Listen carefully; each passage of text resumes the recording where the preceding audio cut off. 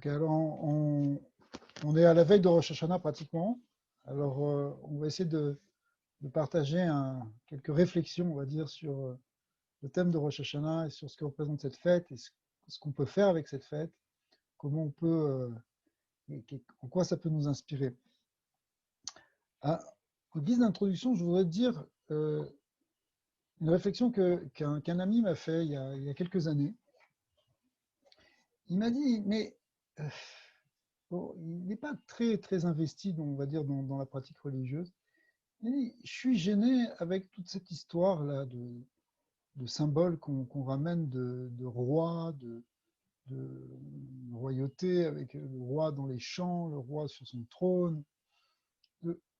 Est-ce que, en deux mots, il disait, ça allait au Moyen-Âge de voir le bon Dieu comme un roi, mais aujourd'hui où on est avec le monde de la science tellement développé, et on voudrait avoir une autre approche, une autre présentation, une autre compréhension du divin que se le représenter comme un roi avec des fidèles sujets et des avadim, enfin ce qu'on appelle des avadim, et qui veulent le servir. Est-ce que c'est ça? Est-ce qu'on parle maintenant de...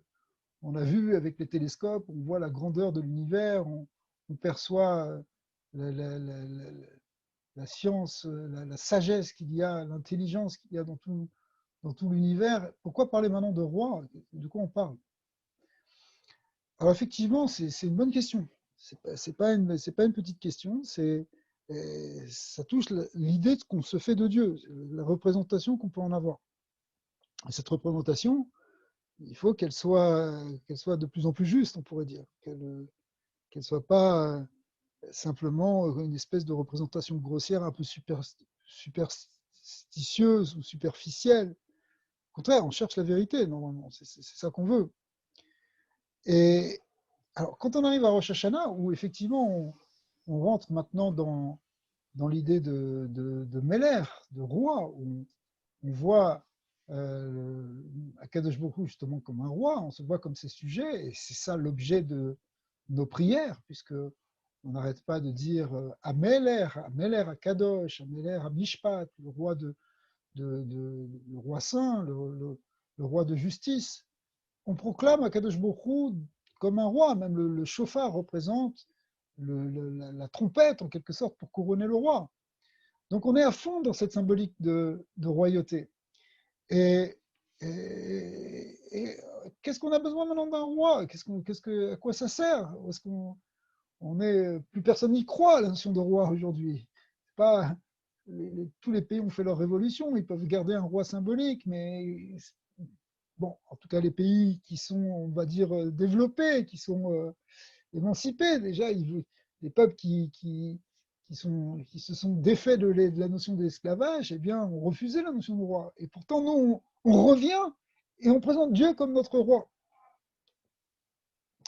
Alors, il faut expliquer cette notion de malchut, de royauté, qui est aussi au cœur de toute la Kabbalah. On en parle comme d'une sphira, comme une force divine, une force même très importante parce qu'elle synthétise toutes les autres forces.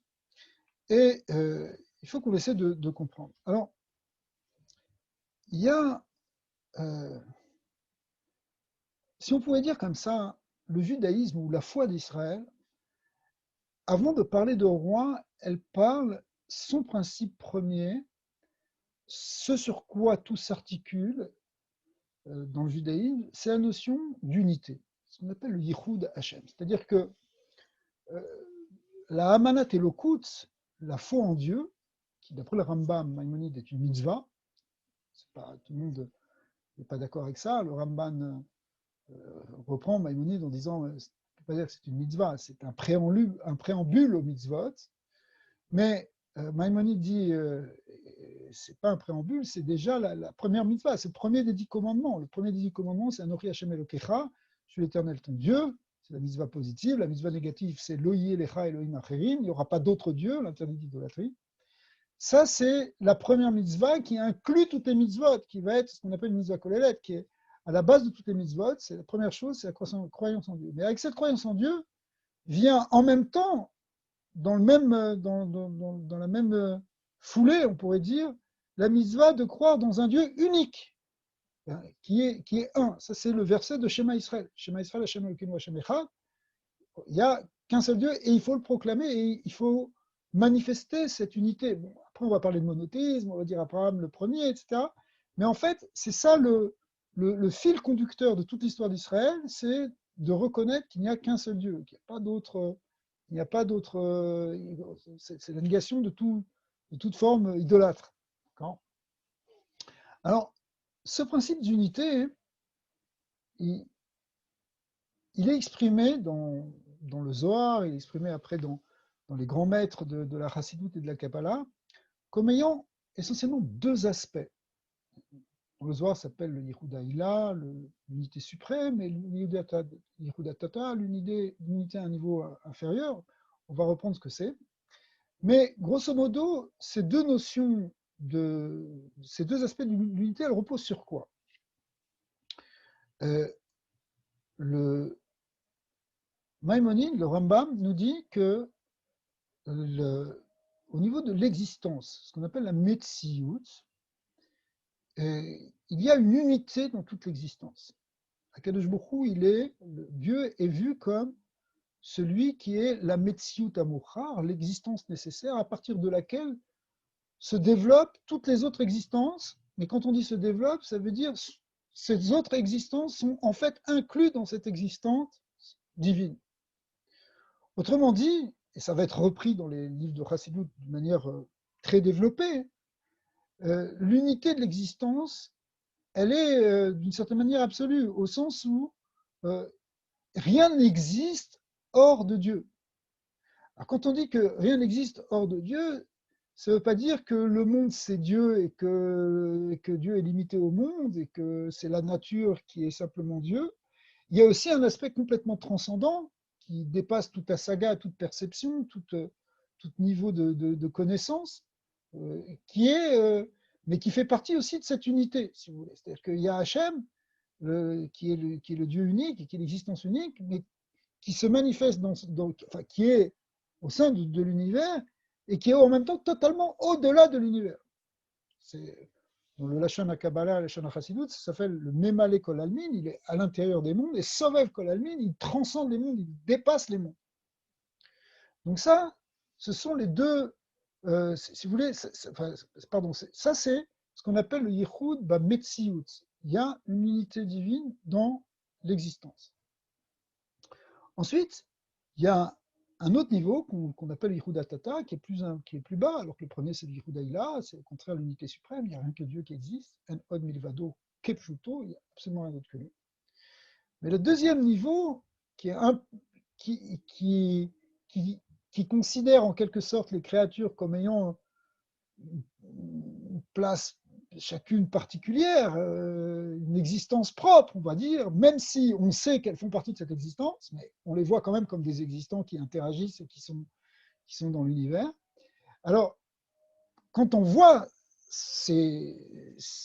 quand on descend dans ce regard-là, si vous voulez, de voir les créatures comme étant quand même séparées, enfin, distinctes les unes des autres, on va dire qu'il y a quand même une unité qu'on appelle une unité, un yichud beshlita. C'est quoi beshlita? Beshlita, ça veut dire dans le pouvoir. C'est-à-dire quoi dans le pouvoir? Eh bien, ça consiste à comprendre que toute l'organisation de tout ce qui est dans l'univers dépend d'un principe unique, d'une intelligence unique. Ça va donner lieu au concept, par exemple, de providence, que tout est Hashgacha, tout est dans le contrôle divin, tout est vérifié et contrôlé et organisé par une intelligence suprême qui évidemment nous dépasse et qui est incomparable avec toute intelligence humaine et euh, qui fait qu'il y a effectivement une, une, un yichud dans la shtita, un yichud dans, dans le pouvoir du monde, dans le contrôle du monde. En d'autres termes, ça veut dire que les Chachamim nous disent, si on pousse cette idée jusqu'au bout, c'est que premièrement, il n'y a pas de hasard. Le hasard, ce serait quelque chose qui viendrait parce qu'on serait dans un système chaotique où il n'y aurait pas de cause visible de quelque chose. Mais en fait, si le monde est fait de telle manière que tout est absolument sous contrôle. Il n'y a rien qui échappe à la Hashgacha. Le Baal Shem Tov aussi a montré ça, les Talmidim du Baal Shem Tov, même si en fait, c'est vrai aussi, c'était vrai avant aussi, mais disons que c'est eux qui l'ont exprimé le plus, c'est que rien ne peut arriver dans le monde, même quelque chose qui pourrait sembler contraire à la volonté divine, rien ne peut arriver au monde qui ne soit pas voulu par le Créateur. Donc tout est sous contrôle. Il ne peut pas y avoir non plus, deuxième idée, il ne peut pas y avoir non plus plusieurs pouvoirs, parce que si le pouvoir est un pouvoir divin, celui qui se cache le pouvoir qui se cache dans la création, un pouvoir divin, eh bien, il est infini, et s'il est infini, eh bien, il ne tolère pas qu'il y ait un autre pouvoir. Il ne peut pas y avoir ce qu'on appelle shté reshuyot, deux pouvoirs qui s'affrontent. Par exemple, ce que certains auraient pensé, le pouvoir du bien qui s'oppose pendant l'éternité au pouvoir du mal. Il ne peut pas y avoir ces deux pouvoirs parce qu'il n'y a qu'un seul pouvoir, qui est le pouvoir divin, la shlita divine. Et évidemment, ça c'est. Et donc, puisqu'il est infini, il ne peut rien avoir d'autre. Notre croyance, c'est qu'effectivement, ça vient justement de l'infini, et que cet infini, il est dans une perfection, et que, en même temps, donc, tout est organisé à la perfection. Même si on ne le voit pas, parce que extérieurement, ça a l'air même d'être le contraire. On a l'impression que c'est les forces du mal qui parfois l'emportent, et qu'il y a des souffrances dans le monde, et qu'il y a des choses qui vont contre la volonté divine. Malgré tout, la émouna d'Israël, la foi d'Israël, c'est de savoir que Dieu est un, pas simplement dans l'existence, mais aussi même dans tous les événements. C'est pour ça qu'on va parler après par exemple, de Gamzul et Tova, de tout est pour le bien. Pourquoi tout est pour le bien? Parce que même si un événement a l'air d'être le contraire de ce qu'on aurait pu attendre, en fait, derrière, il répond à une cause qui est bonne, profondément bonne, mais si on ne le voit pas tout de suite, on le verra peut-être plus tard. Donc si on ne le voit pas, on fait preuve simplement de Emouna. Emouna, donc, je répète, qu'à la fois, donc, quand on dit que Dieu est un, hein, Shema Israël, Hashem Elokeinu, Hashem Echad, ça va loin en fait, ça veut dire qu'il y a une unité fondamentale dans la Metsiout de la création, dans l'existence de la création, et il y a une unité fondamentale dans le déroulement des événements et dans tout ce qui arrive dans la création. Alors ça, c'est, si vous voulez, en quelques minutes, c'est résumé d'un point de vue un petit peu quand même philosophique et un peu ésotérique même, tout le judaïsme.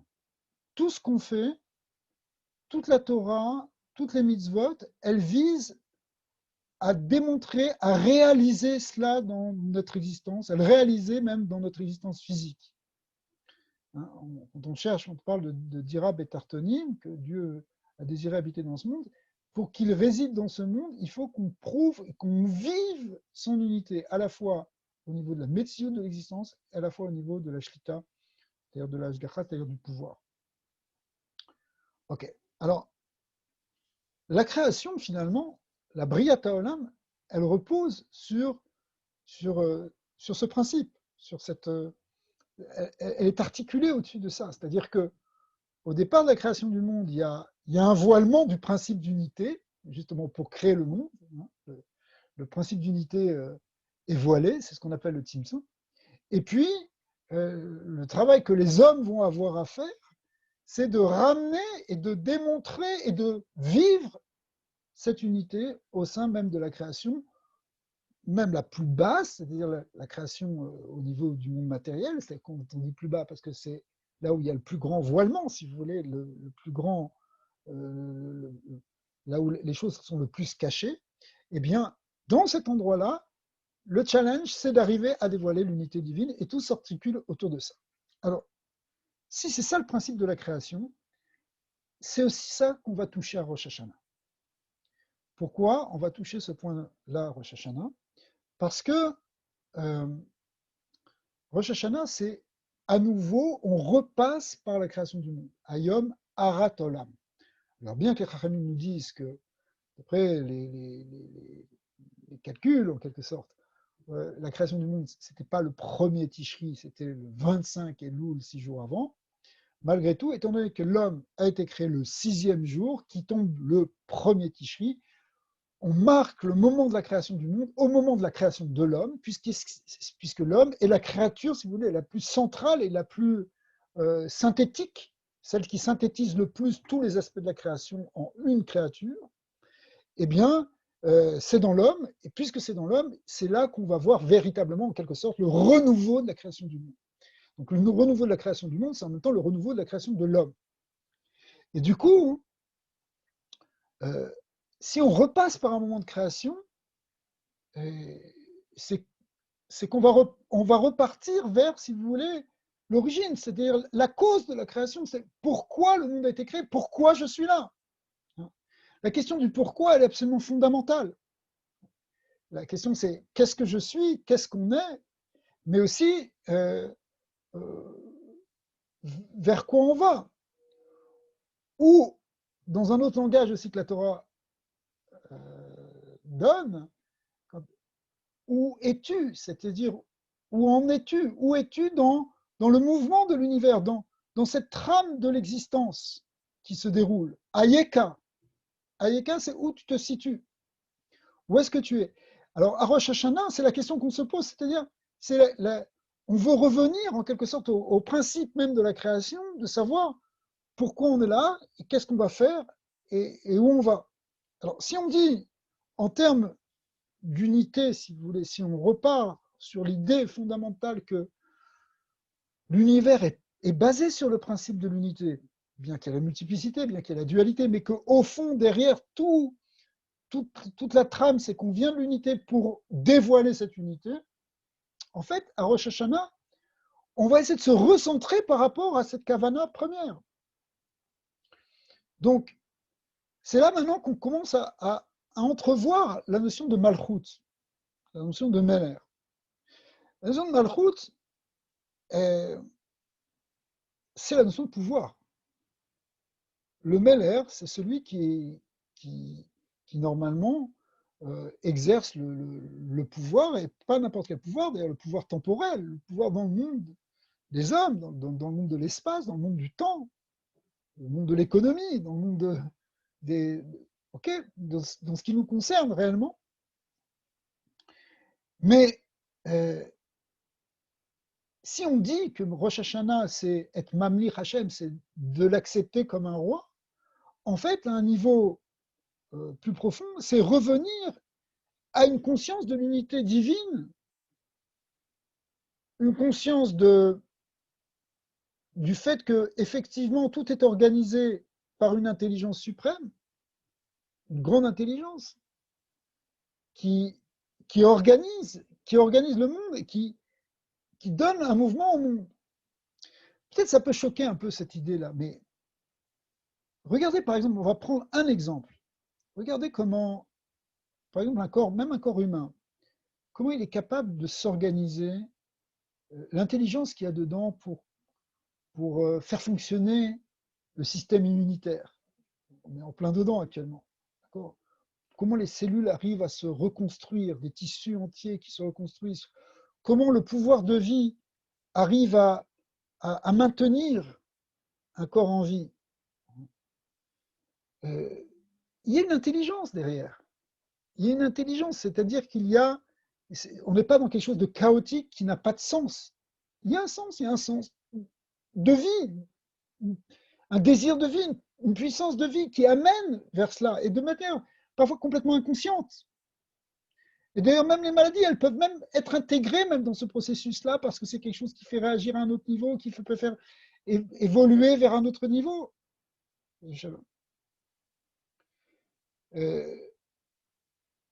Ça, c'est pour dire que voilà, le principe de connaissance et d'intelligence, il est dans l'univers. Mais il n'est pas simplement comme quelque chose qui est, bon, c'est le programme que la nature a elle-même, et la nature, elle va vers sa survie, ou elle va vers son évolution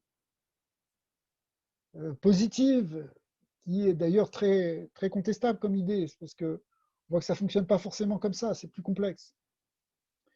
Mais l'idée, c'est que derrière tout l'univers, il y a une intelligence qui n'est pas simplement immanente à la nature, si vous voulez, ce n'est pas simplement la nature qui a son intelligence, puisqu'il y a aussi, ce qu'on a dit tout à l'heure, le côté Sovev Kol Almin, le côté transcendant du divin qui fait qu'il y a quelque chose qui contrôle complètement l'univers, même par quelque chose qui est au-delà de l'univers.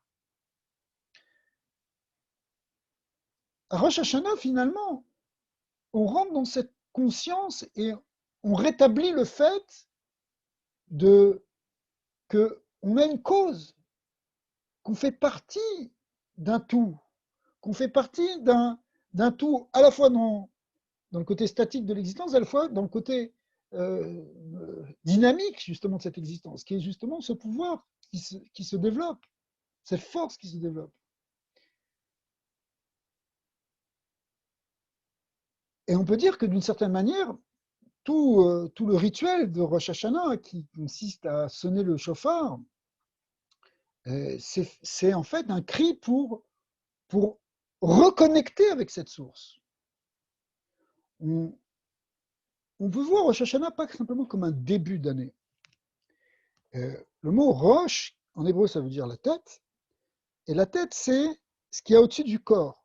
C'est-à-dire que si on voyait toute l'année le temps comme un grand corps, et de 365 jours, c'est le mot qu'on compte, on devrait voir Rosh Hashanah non pas comme un de ces jours, mais comme quelque chose qui est au-delà de ces jours.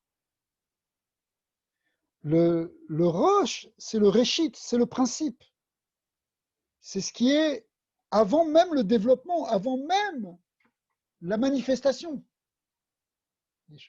Donc, Rosh Hashanah, on repasse par, finalement, on repasse par la pensée divine, par ce qui va, si vous voulez, ce qui est en même temps la matrice qui va après générer le monde. Yom Harat Olam, c'est un jour où le monde est en gestation et il va y avoir un accouchement qui va surgir. Donc, quand on dit que Hachem il est Meler, c'est que, en fait, on veut revenir à l'harmonie, à l'équilibre qui est là au départ de la création. On veut se remettre en adéquation avec ce pouvoir qui est dans l'univers, avec cette force qui est dans l'univers. La déviation qu'on peut prendre pendant toute l'année, si vous voulez, elle nous coupe en fait de notre source.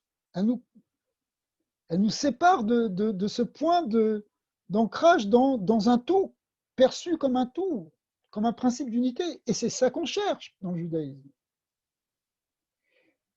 Alors, comme on s'est éloigné de ça pendant toute l'année, on rentre maintenant dans ce qu'on appelle la teshuva, et fondamentalement la teshuva, c'est revenir s'inscrire dans ce yichud Hashem, dans cette unité divine. Donc, dire que Dieu est le roi, c'est pas simplement le voir comme un, voilà, on va s'imaginer un peu d'une manière un peu enfantine des choses, c'est beaucoup plus se poser la question et se recentrer, s'éveiller, l'idée d'éveil qu'il y a dans le shofar, l'idée de zikaron, de prise de conscience, Yom HaZikaron. La Torah s'appelait Yom HaZikaron, Yom Teruah, le jour du son du shofar. En fait, tout ça, c'est pour arriver à se reconnecter, à se recentrer véritablement et retrouver notre véritable place dans l'univers. Alors, c'est pas si évident que ça. C'est pas si facile. Pourquoi? Parce que pour le faire, en quelque sorte, on a besoin déjà de rechercher cet équilibre, de rechercher véritablement ce recentrage. L'idée de Kabbalat Ol Malchut Shamaim, de recevoir le joug divin, c'est réellement, au-delà de cette expression un peu gênante, le joug divin. Ouais. On comprend que ça fait un peu vieillot. Au-delà de ça, c'est réellement reconnecter avec le principe d'unité, dans le langage des kabbalistes, avec la lumière divine. savez, il y a quelque chose qui est mis un peu en parallèle par les Chachamim entre le moment de Tishri, c'est-à-dire de Rosh Hashanah, Yom Kippour, Sukkot, qui est toute cette avoda là du mois dans lequel on va rentrer, qui concerne justement le début de l'année, ce recentrage. Et puis d'un autre côté, on met en parallèle ou dans un autre plateau de la balance tout ce qu'on va vivre plutôt à partir du mois de Nissan, avec la sortie d'Égypte, avec Matan Torah. Un, c'est la création du monde, et l'autre, c'est le dévoilement de la Torah, on va dire. La création d'Israël, en fait. Quand on dit création d'Israël, là, c'est pas encore l'État, c'est création de ce peuple. Ouais. Et les deux sont d'ailleurs, ce sont des fêtes qu'on vit à 6 mois d'intervalle. C'est comme si les deux plateaux dans l'année. Mais l'un est en correspondance avec l'autre et l'autre avec l'un. Par exemple, le shofar de Rosh Hashanah nous rappelle le bélier, ce fameux bélier, Haïl, chez Yitzhak Avinu, dans ce fameux paragraphe qu'on va lire à Rosh Hashanah, le deuxième jour de Rosh Hashanah, mais qu'on lit aussi, pour ceux qui font les prières régulièrement, qu'on lit aussi tous les matins dans la prière, ce qu'on appelle la Hakedat Yitzhak, le récit du ligotage d'Yitzhak. Et dans ce récit, effectivement, Yitzhak ne va pas être sacrifié, ça va être au contraire un bélier, un haïl, qui va être pris, et le chauffard, qui est la corne de bélier, va rappeler la symbolique du bélier. Cette symbolique du bélier, on va la retrouver aussi à Pessah, avec le fameux agneau qu'on va manger à Pessah. Il y a un lien. Alors, de quoi s'agit-il? La Torah, lorsqu'elle nous raconte toute cette paracha de la Ketat Yitzhak, elle termine par un verset qui donne la mesure. Akadosh Baruch Hu dit à Abraham, par l'intermédiaire de l'ange, il dit « Maintenant je sais qu'il y avait Elohimata, que tu es quelqu'un qui craint Dieu. » Toutes les preuves de la Ketat Yitzhak, qui est, on ne l'a pas encore compris très bien en relation avec Rosh Hashanah, toute cette épreuve est là pour amener le fait qu'on craigne Dieu. Pourquoi Qu'est-ce qui est si important de craindre Dieu? On comprend que c'est un peu la même chose aussi que la malchoute, cette idée de royauté, c'est dire que Dieu est le roi, c'est-à-dire, mais tel qu'on l'a expliqué à un autre niveau, c'est comprendre quelle est notre source, comment on est connecté à notre source. Et la ira, c'est aussi la même idée. La crainte, en fait, à un niveau plus profond, c'est avoir la conscience de notre cause. La conscience, l'Irat Hashem, l'Irat Shamayim, c'est savoir que notre existence provient justement de cette existence primordiale et unique. Et, et s'intègre à cette. C'est ça l'Aïra, c'est-à-dire, on a l'Aïra, c'est une forme de conscience. Dans certains endroits, par exemple, Rabbi Nachman dit que il faut ramener l'Aïra au niveau du date, de la conscience. L'Aïra, ça vient justement d'un niveau de conscience de la création, de l'univers, de ce qu'on est, de qui on est dans le monde de Dieu. Maintenant,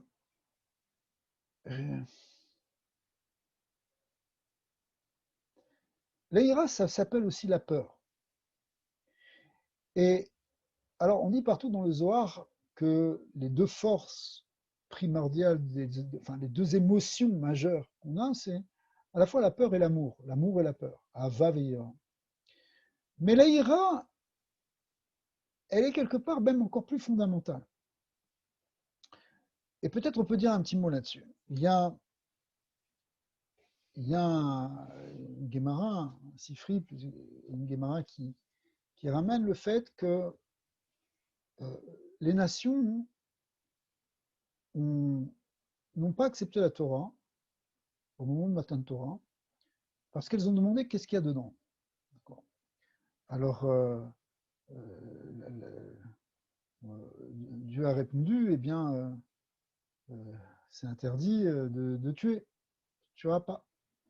Alors Esav a dit, mais comment ne pas tuer? Moi, ma bénédiction à moi, c'est Al-Khor Bechatirieh, tu vivras sur ton glaive. Et Ishmaël a dit quoi? C'est interdit de voler, c'est pas possible. Veyado Bakol, je ne peux pas ne pas voler. Cette Gemara, hein, elle a l'air un peu simplificatrice. Ça veut dire que Ishmaël ne peut pas s'empêcher de voler, et Esav ne peut pas s'empêcher de tuer, et Moab ne peut pas s'empêcher d'avoir des déviations, d'adultère ou autre chose. C'est quoi l'idée? L'idée, en fait, c'est que, peut-être ce qu'on peut dire, c'est qu'en fait,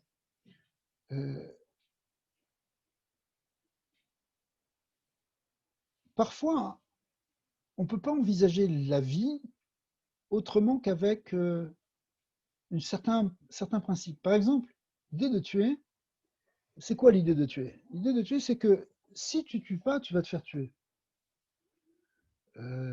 Si tu voles pas, tu vas te faire voler. C'est toute une philosophie, c'est même la philosophie peut-être même de la mafia. C'est de dire que de toute façon, il va y avoir du mal dans le monde, et, et autant être du bon côté. Du bon côté, c'est-à-dire de ceux qui ne vont pas se faire avoir, mais au contraire de ceux qui vont gagner. Et c'est ça l'idée de Al-Khor Bechatirieh, tu vivras sur ton épée, c'est-à-dire que il faut être le plus fort. Si c'est pas toi, si c'est pas toi qui tue, c'est toi qui vas te faire tuer. Même chose pour le vol. Si c'est pas toi qui a le pouvoir et qui contrôle les autres et qui les spoil, c'est toi qui va te faire avoir. Il faut être le plus fort. Ça, en fait, si on réfléchit bien d'où ça vient cette conception-là. Alors bien sûr, on peut rentrer dans les notions de bien et de mal, mais peut-être ce qu'on peut proposer maintenant, c'est que ça vient en fait d'une forme de peur. C'est de la peur qu'il y a derrière.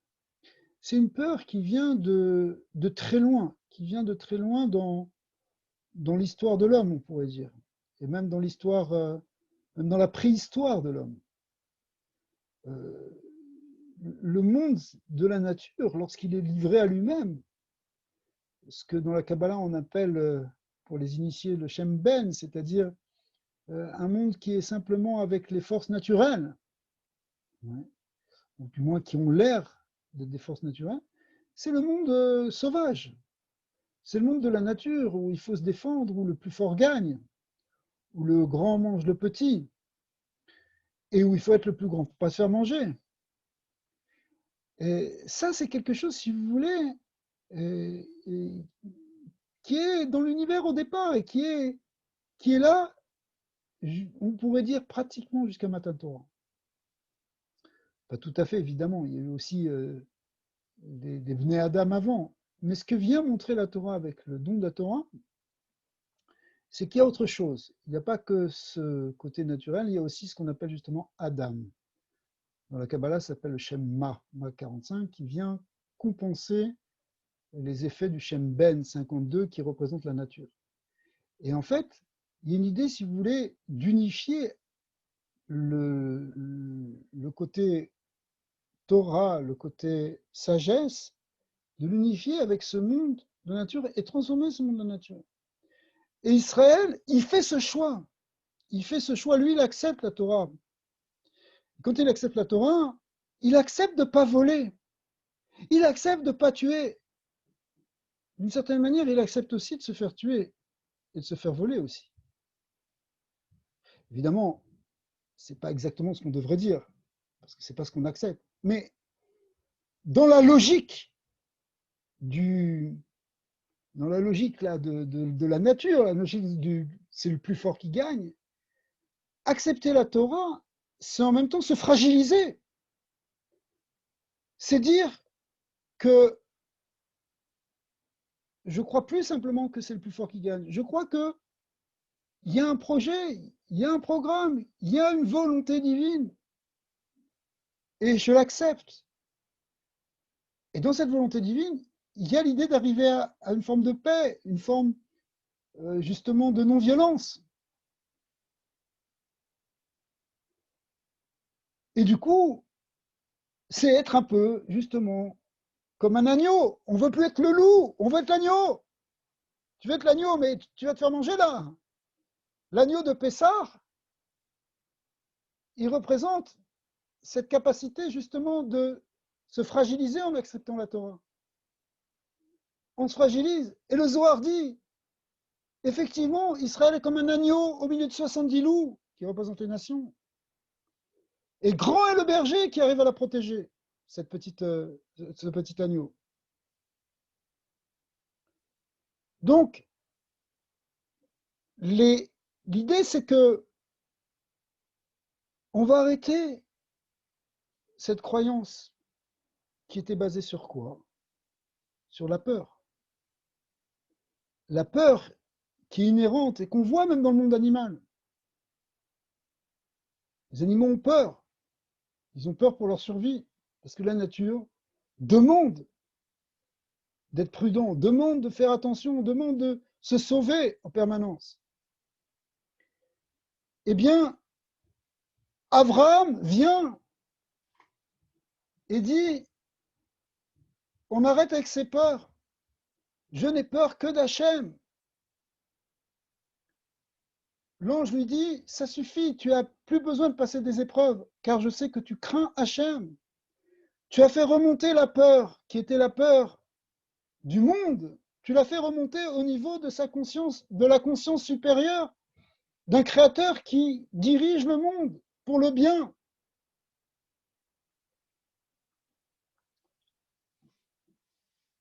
L'agneau de Pessa, c'est le même que le bélier de Rosh Hashanah.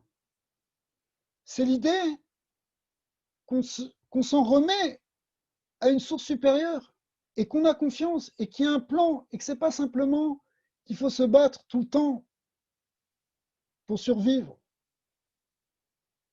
On rentre dans la émouna, on rentre dans la confiance qu'on a dans un créateur qui est peut-être invisible, mais dont on sait qu'il est présent et dont on sait qu'il contrôle le monde parce qu'il est unique dans l'existence et unique dans le pouvoir.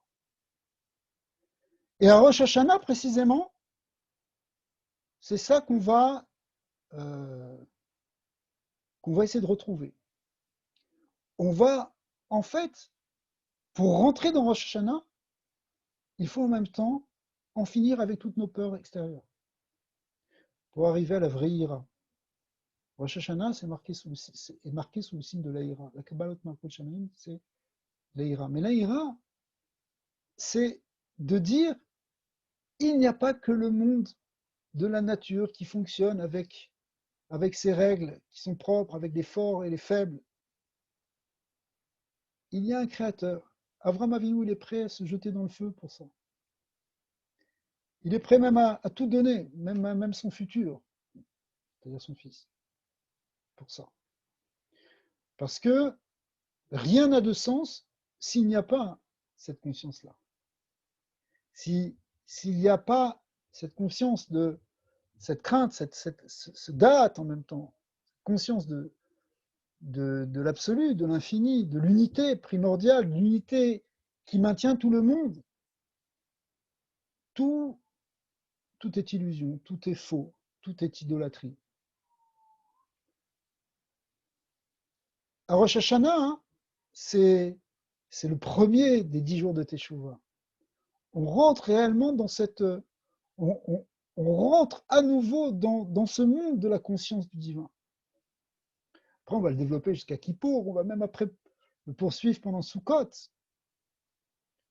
Mais la malchoute de Rosh Hashanah, pour reprendre le début de cette explication, la malchoute, faire de Dieu un roi, en fait, c'est réellement comprendre qu'on n'est pas limité au monde matériel, on n'est pas limité dans le monde naturel. On est réellement dans le monde d'Hachem. On est dans le monde du Dieu unique. Et on fait partie de ce monde et on fait partie de cette existence unique.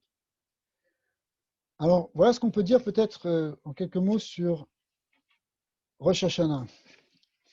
Je voudrais juste dire encore un petit mot sur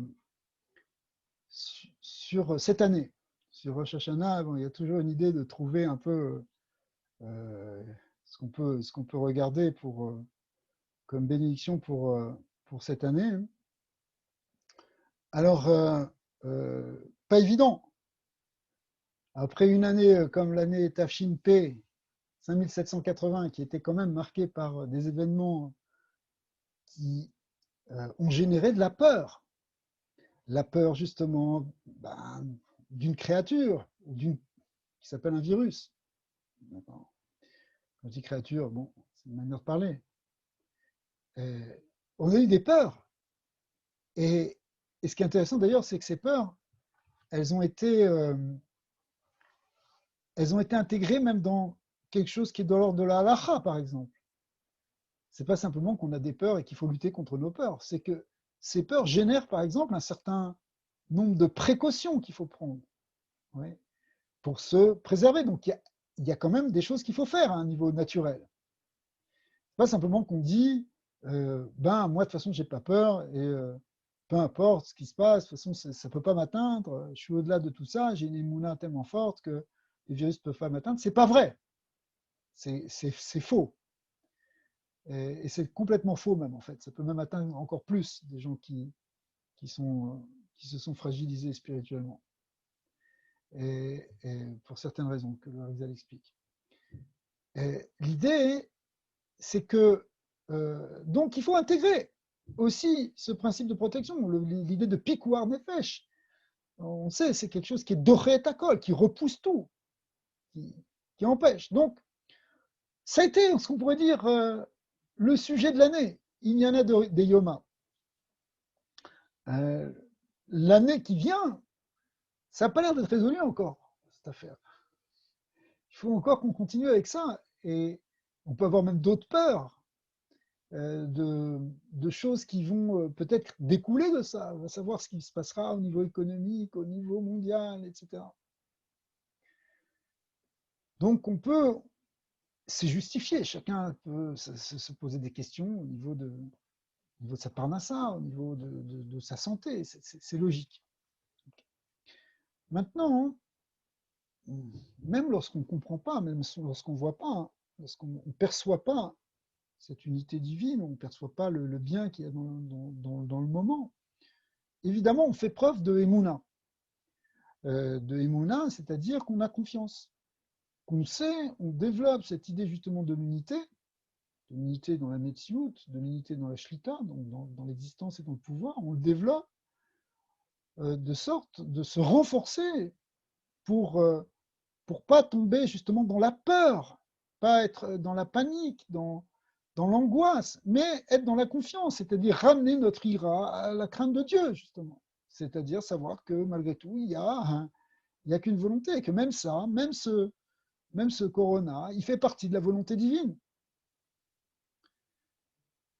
Et du coup, garder aussi, se recentrer, savoir qui on est, où est-ce qu'on est.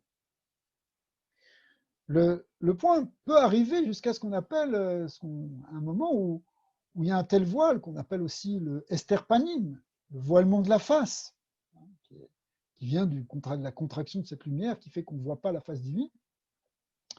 Et il y a des moments dans l'histoire, ou même d'ailleurs des moments dans l'histoire de chaque individu, où on passe par des moments de ce qu'on appelle astara, de voilement. On ne comprend pas, on ne sait pas, on n'arrive pas à expliquer. On a dit que Dieu est éteint dans la shlita, c'est-à-dire dans le pouvoir du contrôle du monde, mais parfois ça n'apparaît pas. Et même on a l'impression que tout relève du hasard ou du chaos. Et malgré tout, c'est là qu'on doit faire, si vous voulez, que le judaïsme nous propose de faire appel à la émouna la plus profonde, de se dire non, à Kol et Tova, il sait ce qu'il fait. et que tout est pour le bien. Même dans les moments les plus durs, quelqu'un qui aurait la sagesse profonde dirait Akol et Tova. On a vu ça dans l'histoire avec Nahum Ish Gamzu, Rabbi Akiva, son élève, qui était capable de voir le bien même lorsqu'on ne pouvait pas le voir. Et s'ils ne le voyaient pas, ils avaient une certitude absolue que ça ne peut être que du bien puisque ça ne vient que de Dieu, puisqu'il n'y a que lui qui dirige le monde. Si on doit traverser une période comme celle-là, c'est la période qu'on a traversée, peut-être qu'on va continuer, on ne va pas commencer à pleurer et à s'attrister. Il faut au contraire se renforcer dans cette émouna, dans cette capacité de voir au-delà. Même si on ne voit pas, on sait qu'on va arriver vers le bien.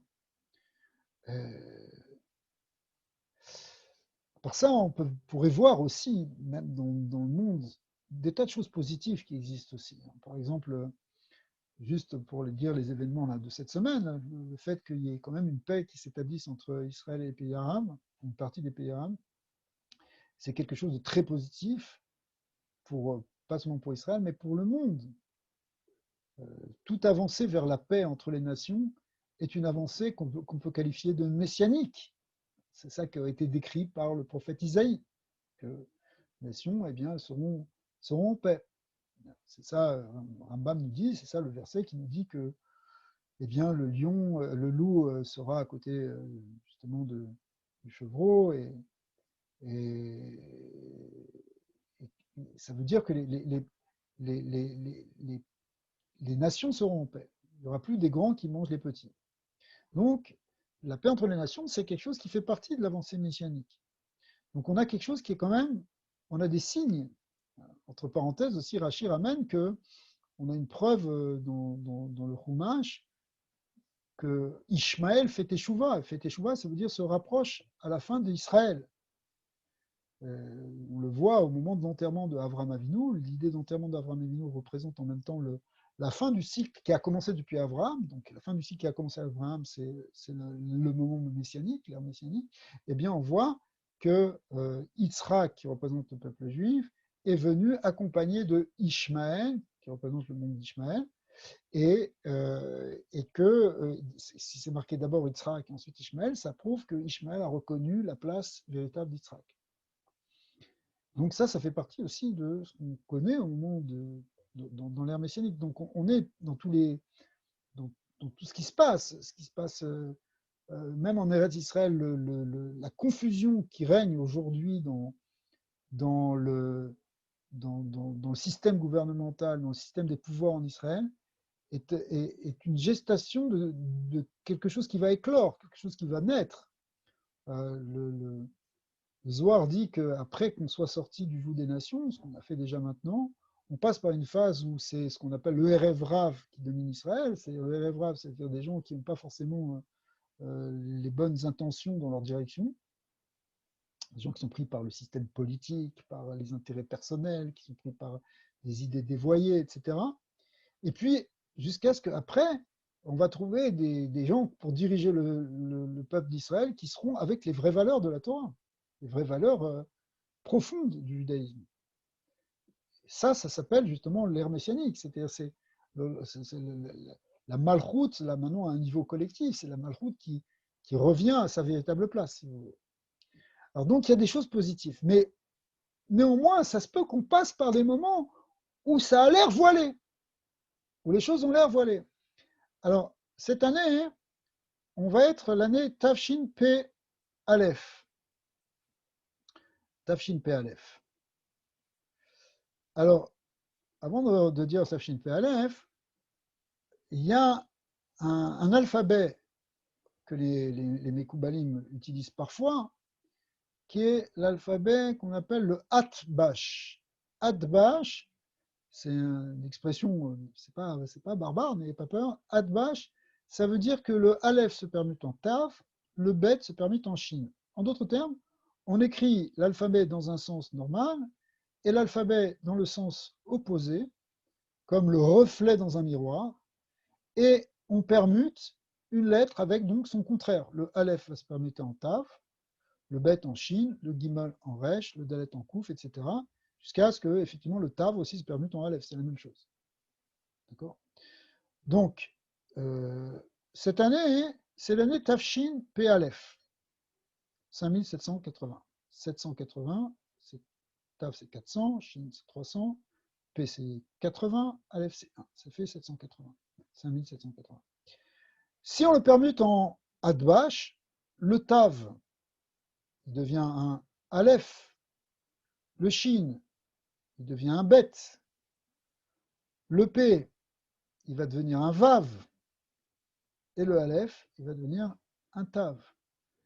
Ce qui veut dire, en d'autres termes, que derrière l'année Tafshin P Aleph se cache le mot Avot. Avot, ça veut dire quoi? Ça veut dire les pères. Mais ça ne veut pas dire que les pères. Ça veut dire aussi ce qu'on appelle les principes. Le mot Av en hébreu, Av, ça veut dire principe. Par exemple, Arba Avot Nezikim, les 4 principes des dommages. Avot Melachot Shabbat, les principes des travaux de Shabbat, etc., etc. Le mot Av, c'est le père, mais c'est le père au sens philosophique, au sens du principe. Donc, ce qu'on a dit tout à l'heure, c'est que finalement, la Malchut, elle consiste, la Kabbalat la Malchut, c'est savoir quelle est l'origine, revenir vers l'origine, revenir vers le principe. Le Réchit, le mot roche, c'est la même chose que le mot Av. Le roche, c'est le principe, c'est le Réchit, comme le mot Av. Et donc, ce Rosh Hashanah, c'est pas seulement ce Rosh Hashanah, ce qu'on pourrait dire, mais il y a un siman ici dans l'année Tafshin Pe Aleph, qu'on va revenir vers les principes fondamentaux qui régissent la création. C'est derrière la confusion qu'on va avoir. On va voir éventuellement les choses bizarrement cachées, d'accord? Et on ne va pas comprendre éventuellement. On ne sait pas ce qui va se passer. Peut-être qu'on ne comprend pas, comme on n'a pas compris avec ce qui nous est arrivé jusqu'à présent. Comme aujourd'hui aussi, là, les chassidim n'ont pas compris pourquoi ils ne peuvent pas aller à Ouman, pourquoi ils ne peuvent pas faire ce qu'on a toujours l'habitude de faire. Et malgré tout, derrière cette apparente obscurité, derrière cet apparent voile, ce Esther Panim, et dans Esther Panim, il y a, comme c'est marqué dans le Passouk, Bayamahu, Astir Panav, Astir Panav, je voilerai ma face, Astir s'écrit Aleph, P. Esther Panim s'écrit avec un E, mais Astir Panav, je voilerai ma face, c'est Aleph, P. Donc les deux lettres là ici de P Aleph, elles peuvent sous-entendre aussi la notion de Esther Panim. Hein. Et même s'il y a un voile, il faut qu'on parte dès à présent pour être de l'autre côté du voile. Hein. Même si, on va dire, même s'il y a un masque, d'accord, on peut voir de l'autre côté du masque, on n'a pas peur. On sait, vous savez qui je suis derrière ce masque. Même chose, si Akadosh Baruch Hu nous fait mettre un masque, aujourd'hui l'humanité entière a mis un masque, c'est quelque chose d'absolument incroyable. C'est tellement perturbant même au départ de se voir tous avec des masques. Cette image, si tu sors dans la rue, tu vois des gens masqués, tu te dis mais est-ce qu'on est en train de vivre un rêve ou un cauchemar? Mais en réalité non. Derrière le voile, il faut qu'on arrive à voir derrière le voile. Il faut qu'on arrive à voir ce qui est caché derrière. Derrière le Esther Panim, derrière le voilement du visage, il y a un visage. Ce visage derrière, le Tafshin Pe Aleph, il y a les Avot, il y a les principes. Il faut voir le principe, c'est ça la Yirat Shamayim, c'est ça la Malchut. C'est revenir à la conscience de ce qui se cache derrière l'univers. Alors, ce qu'on veut, c'est que simplement qu'on revienne à cette conscience simplement en y croyant, mais que ça se dévoile. On veut le dévoilement, on veut qu'on enlève le masque. Qu'Akadosh Baruch Hu, il enlève le Esther Panim, le voile de la galoute, de l'exil, pas simplement de l'exil d'Israël, mais de l'exil de l'humanité. Si l'humanité aujourd'hui est obligée de mettre un masque, c'est peut-être pour qu'on réfléchisse à cette symbolique-là. Le lockdown, le couperet est tombé à Purim. C'est à Purim qu'on a commencé. C'est à Purim que ça a éclaté, en tout cas dans le monde juif. C'est à ce moment-là que ça a éclaté. Chez les Chinois, les pauvres, ça avait commencé avant. Mais euh, Purim, Purim c'est le moment où on met les masques. C'est le moment d'Esther. Mais à Purim, on se réjouit. On est dans la simcha. Pourquoi on est dans la simcha? Parce que derrière toute cette histoire qui a l'air justement une histoire de la nature avec des grands et des forts qui exercent la pression sur les faibles, qui sont prêts à détruire les faibles. Voilà, il y en a un qui est monté au pouvoir, il a le pouvoir de détruire un peuple entier. Et bien derrière tout ça, on voit que non, c'est pas Aman qui dirige. C'est un créateur. C'est ça qui nous rend joyeux réellement à Purim. C'est cette conscience qu'en fait, c'est pas Aman qui dirige, c'est pas Achashverosh. Que le vrai Meller, le vrai pouvoir qu'il y a dans l'univers, c'est un pouvoir divin qui a une intention. C'est pas un hasard, toutes ces étoiles et toutes ces constellations et tout ça, il y a une intelligence, il y a un but, il y a une finalité et on la porte déjà cette finalité. On en est déjà conscient. On la porte et on doit le dévoiler. Alors j'espère, Bézat Hachem, que cette année, ça va être non pas une année de voile, mais au contraire de dévoilement. On va voir ce qui se cache derrière la création, on va voir les principes, on va tous revenir dans les principes fondamentaux de notre existence et que ça va se révéler d'une manière concrète. Et ce sera ça réellement Mashiach, qu'on puisse le voir dès cette année, un Gilou de Mashiach Tzidkenu, Amen Ken Yiratzon.